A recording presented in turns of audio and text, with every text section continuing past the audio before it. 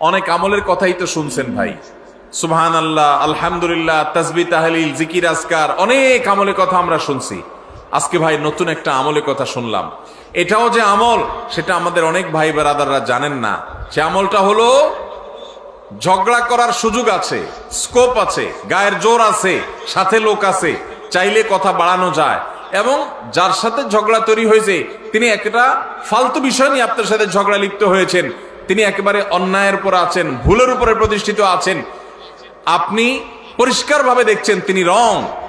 এরপরও তাকে রং জেনেও আপনি সত্য জানার পরেও শুধু ঝগড়াটাকে মিনিমাইজ করতে গিয়ে যে আমি কথা বাড়াতে চাই না, এই জন্য আমি হেরে গেলাম, কথা বাড়াইলাম না, এই কাজটা যদি করতে পারেন তাহলে নবীজি জান্নাতের চৌহদ্দির ভেতর একটা প্রাসাদ আল্লাহর কাছ থেকে আপনাকে পাইয়ে দেওয়ার দায়িত্ব নিয়েছেন।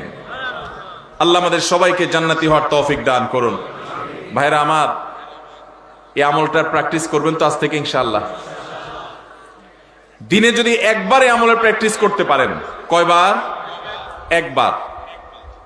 এভাবে যদি প্রতিদিন আপনি চেষ্টা করেন যে আমার সহপাঠীর সাথে, স্কুল কলেজে মাদ্রাসায়, আমার কোনো সহকর্মীর সাথে কর্মস্থলে, কিংবা পরিচিত অপরিচিত যে কোনো মানুষের সাথে কোনো পাবলিক প্লেসে, এমনকি নিজের বাসা বাড়িতে নিজের ঘরের লোকজনের সাথে কথা বাড়াইলেই বাড়ানো যায়।